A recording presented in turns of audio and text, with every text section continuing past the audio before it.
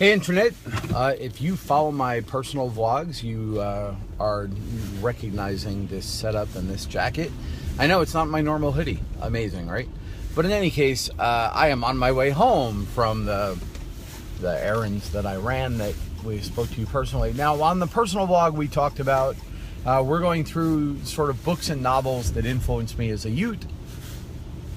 And this time it was Fountainhead and Atlas Shrugged, because they're basically a pair of novels in my mind. So if you're interested in sort of an early me take on objectivism and are interested in those novels, go ahead over to my main page. You can't miss it, but I will link it in the comments from this on Facebook, and go ahead over there and take a look at it. Anyway, what did I want to talk about today? Well, I have some longer form stuff. As I've mentioned to you multiple times, I'm trying to teach myself like whiteboard animation software, and herd watching is as good an excuse as any to make use of that.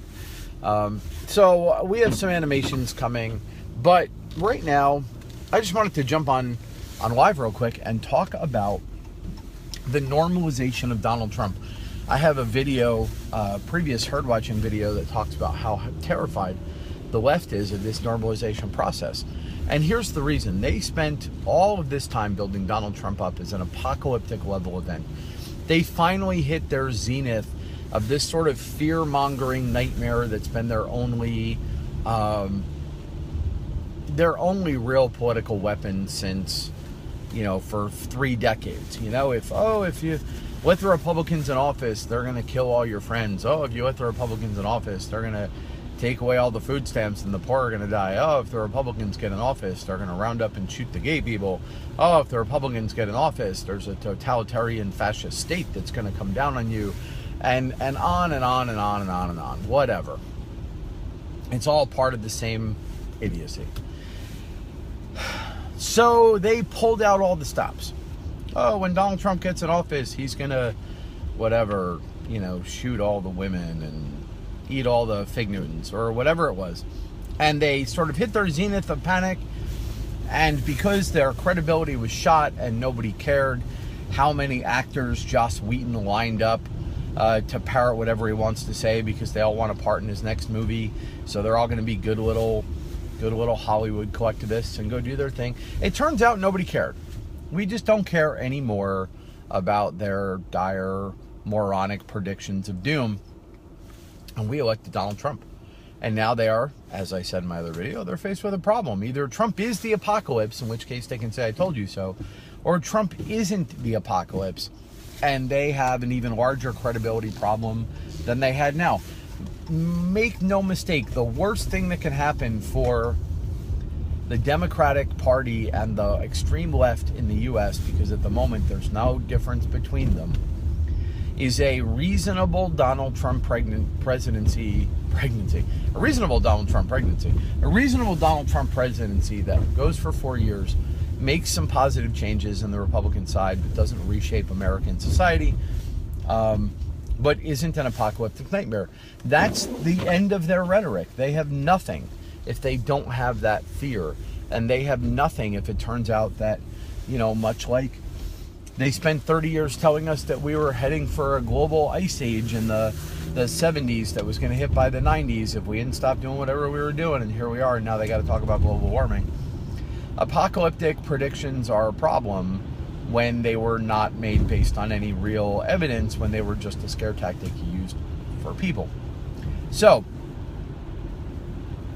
now here we are, where, January 20th, Trump is inaugurated, and we're, 3 weeks, coming up on 4 weeks down the road, or whatever it is, and we're not at war with Russia. People with alternative lifestyles have not been rounded up and shot. There has not been a wave of white supremacist violence across America. There has not been a wave of police shooting minorities. There has not been, the Pope was not put in charge of U.S. domestic policy, and Vladimir Putin was not put in charge of Russian policy. And the fatigue on the left is just palpable. Yes, the sort of zero effort Facebook meme panic is still in full swing, because honestly, how much energy does it take to wake up in the morning and retweet the latest stupidity from Occupy Democrats. Whatever. That level of panic, I think, is the new normal. And yeah, you'll get some college students who don't have a ton of time to march around for a while. And yes, the violent left among them will set some stuff on fire and break some windows. And, yes, the sort of, political extreme fringe, the Elizabeth Warrens, the Maxine Waters, these sort of idiots are still going to grandstand and run around. And there's breathless anticipation of Trump's impending impeachment from, the sort of more fringers. But the moderates and the reasonable left, the well-meaning, intelligent left, are starting to realize that they can't sustain this level of panic, that not only is it intellectually insupportable, but it's just energistically unsupportable. It turns out Donald Trump is, making some conservative gestures, but in the view of the moderates in America, because things like his travel restrictions are popular with more than 50% of the nation, in the moderate middle America world, they agree with some of his stuff, they don't agree with some of his stuff, they find him a little bit bombastic at times, but they find him in general more trustworthy than the media. So generally speaking, the left has a problem, and that Trump, it turns out, not to be a nightmare. Now, how do you see that normalization starting to happen? Well, look at Sean Spicer's press meetings, whereas the first couple, the real news story and the real media story, there was the media grandstanding and making itself the story, and they were attempting to wrest dominance of this process from Sean Spicer, and they were going to put him in his place, and the other media cameras were going to watch them put them in their place, and they jockeyed for position to see who could be more on the attack. And it turns out Trump and Spicer just started taking calls from Skype and shut that shit down, because if you're going to be a pain in the ass, we're not going to talk to you.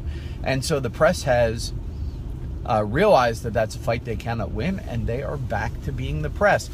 Yes, they're biased. Yes, they're combative. Yes, they're idiots. And yes, they're grandstanding slightly. But for the most part, these things are functioning the way they've functioned for presidents before now. The press asks the questions. Spicer answers the questions.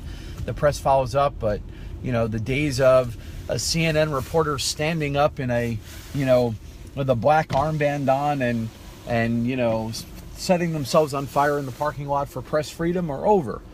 The days of some, grandstanding fool from Univision taking this as his opportunity to launch his political career, that's done. It turns out it's business basically as usual. Donald Trump is meeting with world leaders, and the majority of them are pleased with how the meetings are going. The business of government is getting done. The Democrats have not managed to shut down the Senate, though they're trying. So in short, things are functioning. And now we see Mad Magazine and a number of these outlets are bailing on their panicked rhetoric. They're forced to retreat, and they're doing it with we can't make fun of him anyway. It's no fun to make fun of Donald Trump. He's such an idiot. We're going to whatever. But what they're not telling you, what they're not letting you know, is that their circulation is down. That for most of them, their audience is down. That for most of them, nobody cares anymore. Playboy magazine has been, they stopped publishing nudes and basically turned themselves into a political rag. They're like Huffington Post light with some Instagram. And their company is in trouble. They're losing money. Their readership is down. The NFL, which turned itself into a political forum for a while, is in so much trouble that they had to snap Lady Gaga's leash short and tell her that they didn't need another Beyonce level stupid fest. Some of the awards, the Hollywood stuff, they started canceling events. Now they're mostly just after parties, but you're going to see more and more of this. You're going to see more and more of these events canceled in protest because they weren't going to get the ratings anyway. Saturday Night Live is doing fine. The Daily Show and those things are going to do fine because as the audience shrinks, they have to, the lunatic fringe will always find a champion, and they've settled on Saturday Night Live. So Saturday Night Live is like the last buggy whip maker. They are going to wind up with a huge increase in audience because that audience is sort of contracting around its last bastion. But for the most part, What the world is realizing is that this sort of all Trump panic all the time thing, it's not resonating and nobody cares. It didn't win you the election, and it's not winning you the post-election. Wow, the exposure is just horrible here. It's not winning you the post-election. Turns out you can't keep it up. So as that sort of levels out, which you're seeing, the world is dividing more clearly into a very, very small lunatic fringe on the far right, a dramatically more visible lunatic fringe on the far left, the moderates chilling out in the middle, and it's perfectly falling out for the Republicans to sweep 2018. It's not guaranteed. We can still screw it up, but we're in good shape for 2018. And I do not think the left can recover and find a way to have a strategy in a world where Donald Trump is not Hitler by 2020. So I will not be shocked if we don't retain the White House in 2020. And I personally think we'll see Ivanka set up for a run in 2024, right around the time that we're looking for a moderate to come back from the 100% full Trump all the time. I think Ivanka will be the right answer. And just like there was nothing as much fun as watching Hillary Clinton get crushed, there will be nothing as awesome as the first female president of the United States being a Trump. If that happens, be still my little heart. I will love everything about it. Anyway, this has been Herd Watching. Like and follow Herd Watching on YouTube and Facebook. Feel free to follow up on our Instagram account and look at Riding Herd, RIDINGHERD, on Instagram and Facebook and YouTube. Herd Watching is where I talk to you in long form.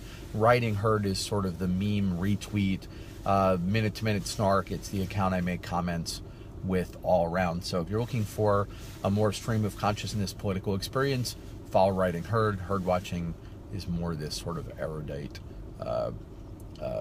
long-form craziness. Take it easy, everybody. Have a great Sunday afternoon.